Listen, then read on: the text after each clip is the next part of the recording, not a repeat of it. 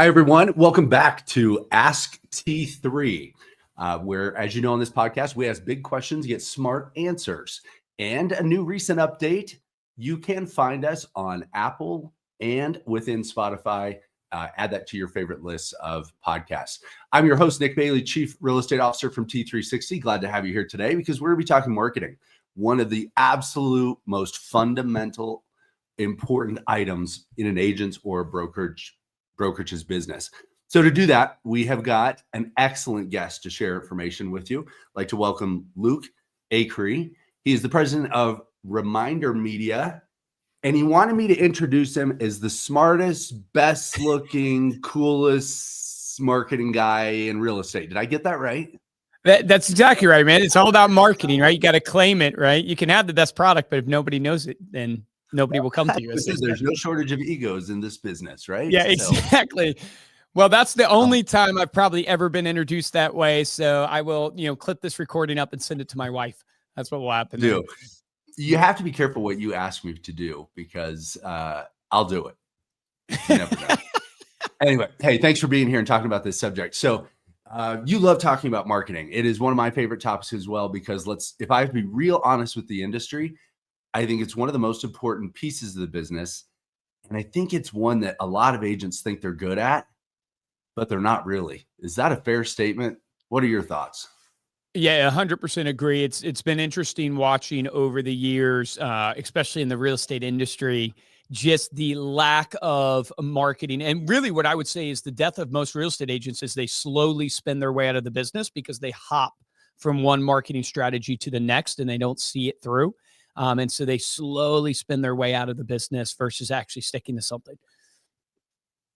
So if I'm an agent and I say, okay, Luke, what do you do? What's great? What are your top recommendations that I should be thinking about incorporating into my business? What does that look like? Top line. Yeah, I mean, so, give a little context, for the past about 20 years with ReminderMedia, we've been, a marketing company, marketing super broad. So we have focused the majority of our time on what I call is like relationship marketing, so database marketing.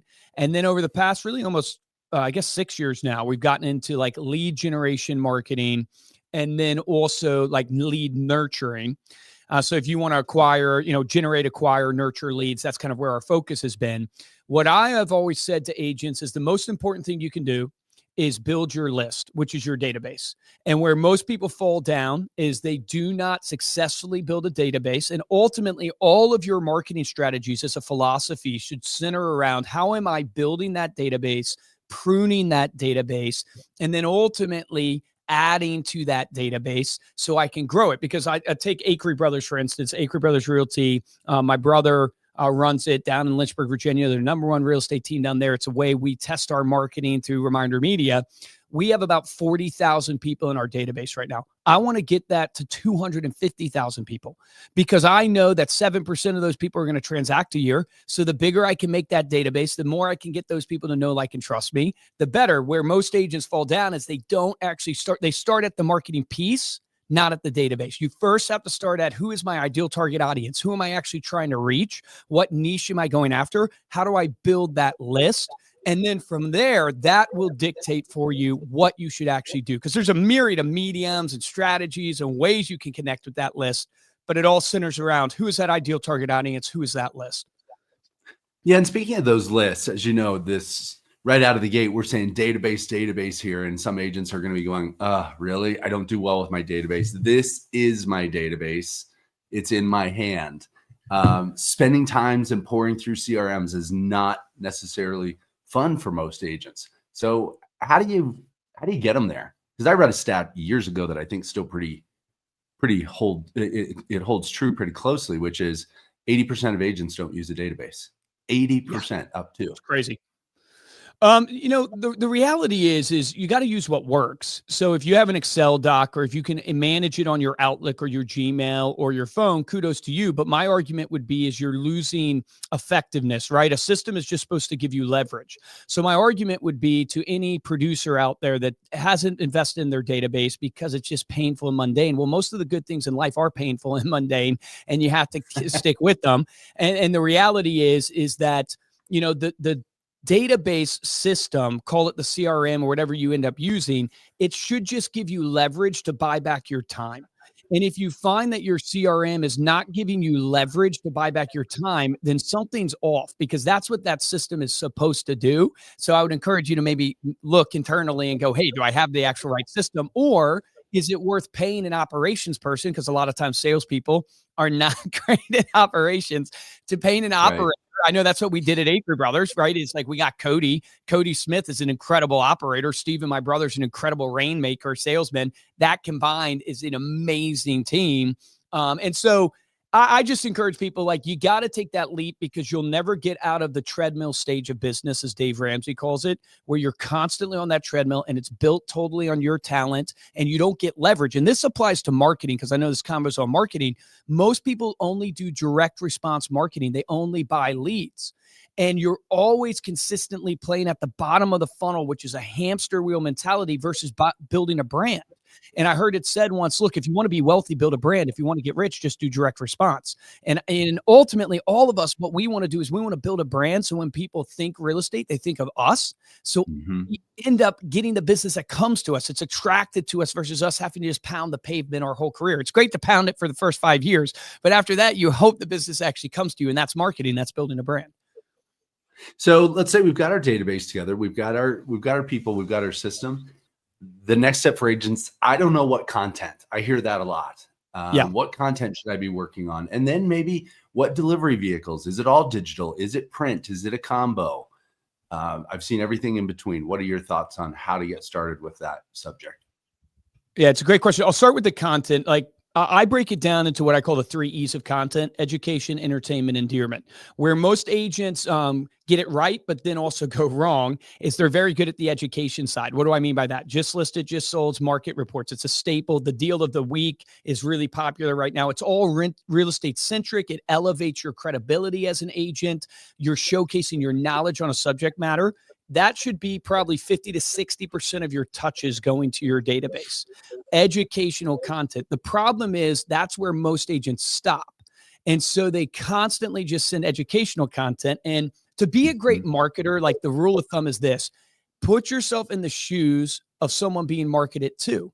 You've been marketed to all the time. So put yourself in the marketer's shoes for a second and go, hey, when your insurance agent sends you insurance info all the time, just constantly, what do you do with that info?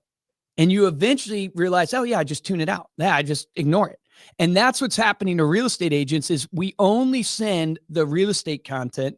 So by nature of just only sending that, we get tuned out. So that's why you need the education and entertainment content. So education, entertainment, this can be stuff like Acree Brothers. We do local events. So we curate the local events, the local farmers market, local yoga in the park. We curate it together in an email newsletter. We send it out. We do 4 client events a year. Client events are probably the most popular way to drive engagement with your database. If you're not doing a client event right now, if your agents aren't doing client events, I promise you, we've done 700, I think now, episodes of Stay Paid since COVID. And Stay Paid is a marketing podcast interviewing top producers all over the nation. Since COVID, #1 lead source for driving referrals, client events. #1 lead source. Because think about it.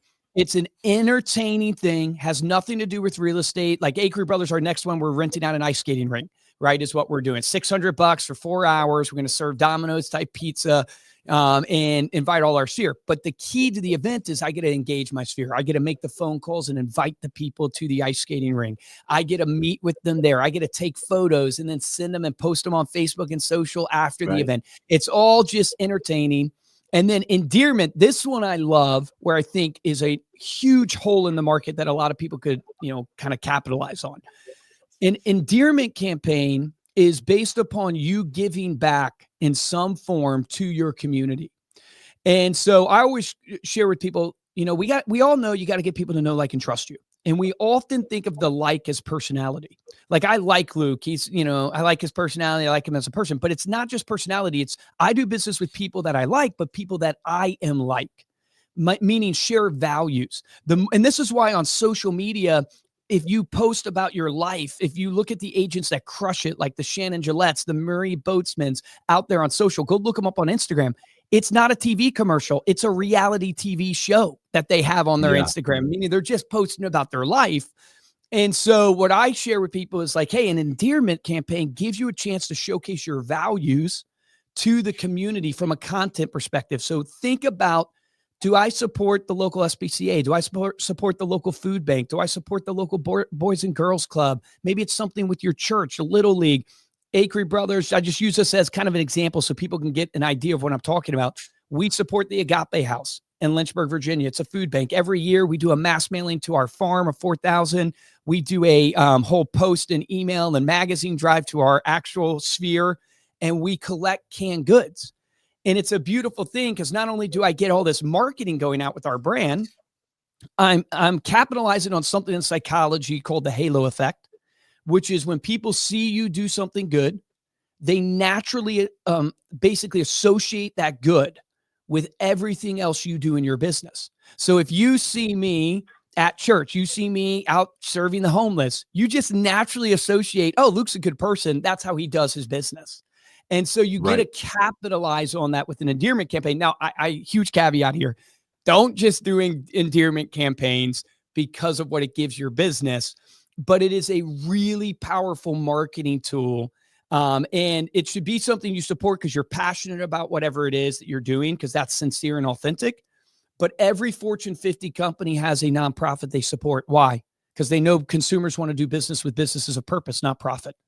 And how do you showcase that to your community? I like how you put it in those three categories. And to your point, now it's not just all endearment. And on your first one with the education, it's interesting how the agent needs to sometimes flip the script and almost mirror or take a mirror and look at what they're putting out there. Because you talk about just sold cards. It drove me crazy for a couple of years. People would say, listed for 5 hours, sold for 50,000 over list. Look, I'm a great agent. And I always said, you're telling your customers that your job's really easy. And so where's that balance in, yes, we want to educate them. You're excited about the results you're getting for your client, but also watch that balance of people are going to say, do you really do anything, or do I need you? And I think right now consumers need agents more today than they did 2 years ago with all the dynamics around the market. Well, and the bragging only works if you are, if you have relationship. So it's like the key metric that everybody should be asking themselves is, if I put out this brag metric of an award I've won or a deal that's been closed, which is actually good. I believe you should do those things. I really do. I teach agents to do it. But it should be also, you should have a balance of going, well, how often have I reached out to Nick, not bragging? How often have I provided Nick value? How often have I connected with Nick so this award actually would mean something to him? Because awards and accolades do raise credibility. They raise credibility in the mind of the consumer. It's why, every software company out there wants to brag about the awards they've won for their software, because it does make a difference to consumers in the buyer's journey. But where you fall flat as an agent is if you only do that, then you've entered into a very transactional marketing campaign. And we just know this business is ultimately relationships. That's what the great separator is. And so it's just balancing that, where it's like, okay, 60% is education, 30% is entertainment, 10% is endearment. And where I tend to shock people when I'm talking to them about marketing is how many touches you should have to your actual list. And it's the only magic formula I ever give in the industry, is the magic number of touches. And I swear by it. It's something that, we've been at this for 20 years. This is what we've been doing.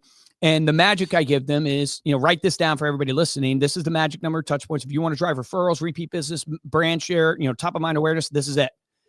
The answer is more. MORE. You need more than what you're doing now. So if you were thinking I'm doing 30, you should be doing 31. If you were thinking I'm doing 100, you should be doing 101. I'll give you this example. So Steven, right, Acree Brothers, we do over 200 touch points a year. Brian Harris, a client of ours in a totally different space, financial advising. He's top 1% in the world of financial advisors, Annapolis and Maryland. He does 275 touches a year. I sat on a panel in Phoenix, Arizona, talking about marketing with one of the guys who ran it for Geico. Geico was trying to reach their consumers 37 times a month. 37 times a month they were trying to get in front of their consumers. The big mistake businesses are making out there, at least in the real estate side, is we think once a quarter is enough to get any mind share, and you can't. You should be a bare minimum 2 times a month, 26 touches a year, bare minimum. And the key is not just 26 emails. The key is multiple frequencies. You asked me earlier, hey, Luke, what type of channels? You should be on every channel. There's literally 6 frequencies of marketing at a high level if you think about it. There's the direct mailbox, email inbox. You have face-to-face, voice-to-voice, screen-to-screen, which would be like a text message, a Zoom, like what we're watching kind of right now, a podcast, even though that's not live. And then you have social media, or you could figure it out as the web, this engagement. Your goal should be, how do I create a touch point plan where I'm getting in front of my consumers 200 times a year, but on 6 different frequencies, so they never feel like I'm overwhelming them, but they feel like I'm everywhere. And the easiest way to think about it is because 200 just makes people go, what? You're freaking nuts. That's like spam. I can't do that. That's way too many touches. It's just overwhelming. Step back and go, well, what could you do once a day? Could you post on social once a day? That's 365 right there. Right? Yeah. But let's just not even say to people that find that balance. I think you're right that it's, well, if I overload them with contact points, then they're going to unsubscribe because I'm annoying to them. I think that's what I would have most people react to, numbers like you're sharing. Yeah, exactly. So there's 2 ways I think about it is, you need volume and value. Right. So volume and value. And that goes back to, well, what are you doing for them and on what channels? Because you'll quickly see that, let's say 2 emails a month, you're 26, 4 phone calls a quarter. Now you're up to 30. And you can very quickly see, oh, now I add on 6 pieces of direct mail that I do. Oh, I'm up to 36. Now I add on social media. You can quickly get up to, oh, I do 4 client events. Then I have phone calls for each of those client events, for invitations. You can quickly get up there to relieve people's anxiety when it comes to the number of touches. I want you to think of your best relationships, your husband, your wife, significant other. How many touches a year do you have with them? Think of your best friends. How often are you in contact with them? And if you think about it like data, the more touches, the better relationship. As you go down in touches, the less and less relationship, down to anonymous people. And so what you should be thinking is going, okay, how do I get in front of my database in a way that is, I'm omnipresent in essence. They see me everywhere, but I'm not overwhelming them in just one avenue. And that's why I go, a good rule of thumb for people is, hey, 26 touches, 26 of those could be emails right away, 4 quarterly phone calls to your clients, 6 pieces of direct mail, 4 client events. If you start, and then also you have the social, which I didn't even talk about yet, but you have social, you'll get up to easily 100 touches without blinking. You'll get up to 100. You'll be like, oh, wow. Yeah, I didn't even realize that if I just do just 4 different frequencies, I am in front of my clients all the time. Most are doing too little. So what's the takeaway? The takeaway is, look, if you're not getting referral repeat business, if you're not building the brand to be the number 1 brand, I promise you, you do not have enough volume. And I promise you, if you have enough volume, but you're not getting the actual leads, you do not have enough value. And so if you go, hey, how do I first get volume? Right? Starbucks doesn't have the best coffee. They're just on every street corner.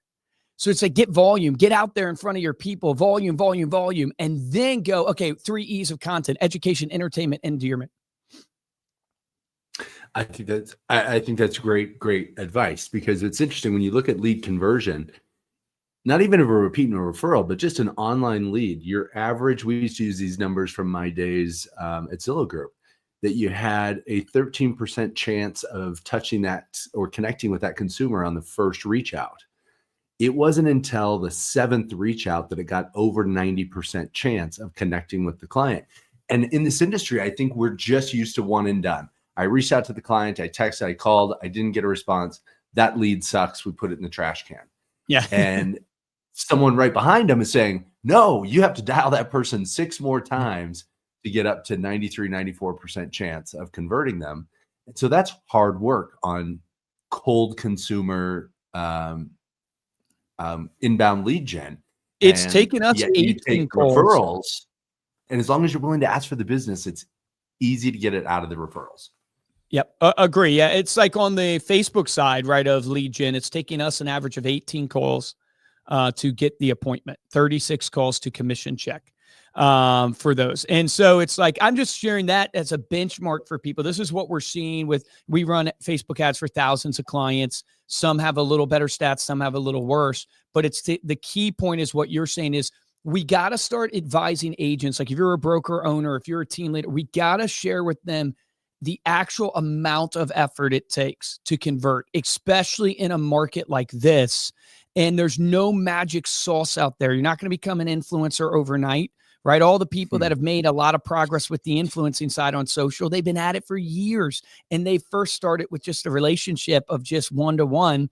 And so it's just, I just think there's this hole when it comes to marketing of people just don't realize how much marketing it takes to get your brand out there. I market the living daylights out of Reminder Media, and still probably most of these people on this listening to podcast don't know about us. And it's like, I market the living daylights out of it, but I'm not marketing near enough, right, to get the name out there like it should. And that fear that holds everybody back, which is like, I don't want to be perceived as the salesperson. I don't want to be perceived as spammy. You got to re-internalize and go, hey, why am I doing what I'm doing? Am I helping people? Do I have value to share? And you do. You have some of the greatest value to share, and you're dealing with consumers. We all know that it's their greatest asset. How do you help them? And in a market that has the most questions. Yes. Lots of questions for people. So there's stuff to answer. There's just opportunities around every corner to bring value right now. One of the others that I like to, that I see some agents do, are when they highlight community businesses. You mentioned maybe a big Starbucks that everyone knows, but there's always that little coffee shop that maybe a husband and wife have that's a really cool place. Go and do a quick interview and put that on social and highlight local businesses, because I think it's always too about lifestyle of living, not just the house. And really, you are so spot on. Your community. We see that, like, there's been a huge transformation for a lot of the top producers that we talk to around this idea of lifestyle over the listing. And it's like with your listing videos, you start with the lifestyle, right? If it's on a golf course, you start talking about the golf course and you start talking about the restaurants before you even get to the listing, because that's what draws people in. And I think you're touching on like another like just treasure trove of opportunity for agents, which is their local partnerships. So not only can you feature that local coffee shop, what we teach agents is that, hey, you have that 6 degrees of separation, and you have the ones that are natural, which are your lender, your title company, your home inspector, the insurance agent that you do a ton of work with. Those are natural, and you can even extend from there. But how are you guys cross promoting in the community together? And most agents do not take advantage of doing cross-promoting marketing with other synergistic businesses. So if I'm an agent right now and I drop down into your market, I want to know the divorce attorney. I want to know the elder care attorney. I want to know the estate planning attorney. I want to go and mingle with the home security company. When Steven, when he first got in the business, didn't have a sphere. He had just graduated at Liberty University. We went to the local landscaping company. And we said, hey, we want you to be our landscaper of choice. And we featured them in our magazine that we were sending out. They, in exchange, we didn't even ask them. We were doing it out of reciprocity just to build relationships. They blasted us out to their 10,000 person client list, and then also featured Steven on the road sign. I just tell agents, it's like, oh man, there is just an unbelievable opportunity in marketing to look at your 6 degrees of separation in business and go, how do I create my own little B&I network? How do I create my own network where we can market together to each other's spheres? And then to your point, feature each other on each other's social media. And again, that's a relationship. And it's like networking. And it's a one-stop shop that people want. It makes it easier for the consumer. Yep. 100%. That's great. That's great. Luke, we could probably do a couple episodes and take each one of these as an individual and totally dissect it. And we should probably do that. But these are some great advice. Get your database together. If you don't have that together, the rest of this is just not going to be a great system. The second thing is get into your community, your client events. And the third thing that we talked about is make sure you're using different channels. And I loved what you said, so that you're not overwhelming, but you're everywhere. Yep. And I would put a cap. Absolutely. It's just like you are not doing as much as you should from a marketing perspective. Volume, volume, volume, volume.